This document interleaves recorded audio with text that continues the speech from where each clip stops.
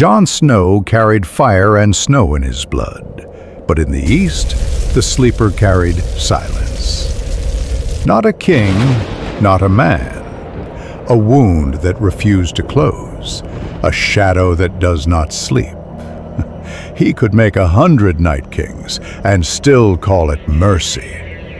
He does not wait for thrones, he wants everything.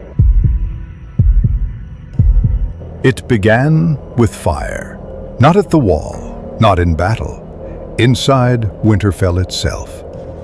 Jon stood in the yard as smoke rose from the vaults beneath his feet. The quiet had come without banners, without arrows. They came for memory, scrolls, birth rolls, ravens' ledgers, burning. The vaults cracked like dry wood. Flames swallowed the records of 100 winters. 1,000 names, gone before they could be spoken again. Not food, not steel, names. The quiet hadn't killed soldiers, they had killed history, not with blades, with silence. Scribes screamed as hooded figures dragged them into tunnels.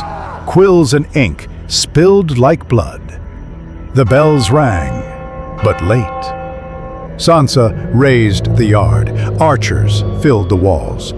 But the quiet didn't climb. They were already gone. No footsteps, no war cry, only ash in the archives, only shadows in the snow. And Brienne?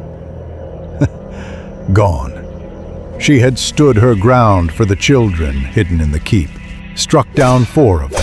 The 5th wore a child's face. That was enough. She couldn't swing the final blow. They bound her, took her, alive.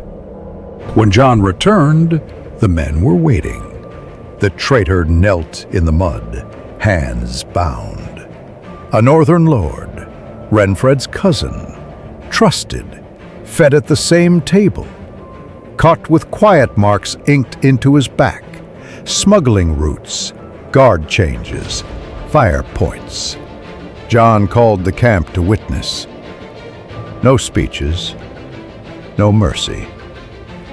Once, a Stark had said, "The man who passes the sentence should swing the sword." Jon remembered. Jon obeyed. He raised the blade and lowered the name that betrayed them. The blood was dark. The silence afterward, darker. Some looked away. Arya did not. Once before, in a calmer time, a boy had watched his father cut down a deserter. Snow had fallen like feathers. The world had been smaller. Now the boy was gone, and the man stood in his place, wielding justice, no longer clean, no longer simple. Only necessary. Arya followed Brienne's trail east. A broken sled, split wheels, drag marks, no horses. The snow was thick. The blood was thin. 2 guards fell in silence, throat cut, no time to scream. Their blood turned black against the white ground. The 3rd, a captain in a black mask, ran into the storm. She didn't chase. Instead, she found Brienne's sword, snapped, bent, buried under ice. But no Brienne. She carried the steel back in silence. No words. Her face unreadable. Her eyes unforgiving. At the weirwood, Bran trembled. Eyes white, hands sunk into snow. This time the vision bled faster. Not images, memories not his own. A field of broken thrones, half sunken in ice. Sigils shattered, banners buried. Each throne faced away from the sun. At their center stood the sleeper. Not seated, not still. He was walking a spiral, A circle carved into frost, made from footsteps that had no beginning. And behind him, figures followed. Hundreds, maybe thousands, all faceless, all silent. But they didn't wear masks. They wore Bran's memories. Faces he'd lost, voices he thought were gone, now worn like cloaks. They're not erased. They're wearing what was taken. The sleeper turned, and where his face should be, Bran saw his own reflection, smiling. Then the sleeper spoke, not in voice, but in thought, threaded into the root of the tree. You guard the past like it belongs to you. But I do not burn history. I rewrite it, face by face, until even the gods forget your name. Mira pulled him back. His eyes faded to blue, but the echo remained. Inside the flames, the shadows whispered a new name, and none of them remembered whose it was. The board changed again that night. The words were carved, not written. Each cut deeper than the last. Men gathered around it in silence. No one spoke. No one erased anything. It wasn't a strategy anymore. It was a gravestone. At dawn, a raven struck the yard. No parchment tied to its leg. Skin. Brienne's sigil burned into it, blackened, cracked, scratched across raw bone. Trade the boy for your knight. Jon read it twice, then closed his fist around the bone. It shattered. The council met in the map room. Soot still drifted down from the ceiling. Some argued for the trade. Some begged for mercy. Others said nothing. Jon stood by the fire. The boy sat in the corner, silent, his hands scarred, his eyes older than they should be.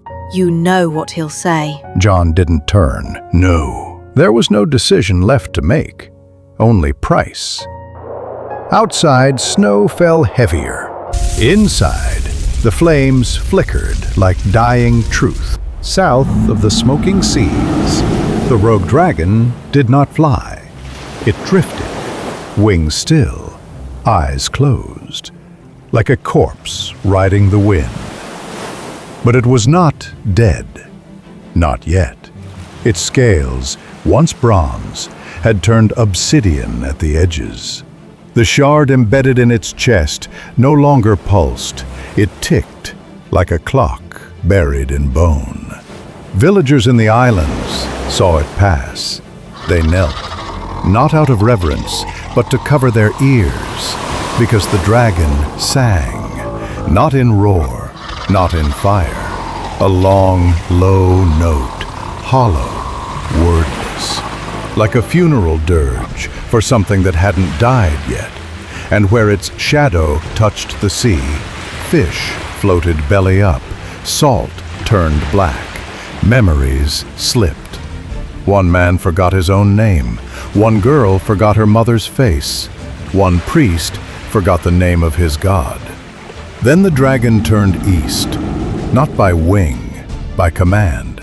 Its eyes opened, white, rimmed with gold, and in the skies behind it, another dragon answered, not seen, only felt, a gust, a howl, and a silence that followed like grief. The third shard had not been found. It had announced itself. Winterfell's vaults were ash. Brienne was chains. The board was bleeding hope. And in the far east, on a plain of glass and shadow, the sleeper stood alone. He said no words, but every name forgotten that night echoed in the wind behind him. What is fire, if not the fear of silence? Next time on The Wolf and the Flame. Brienne's chains are tested in blood. Arya hears a name she buried years ago, and in the deep ice, the third shard sings.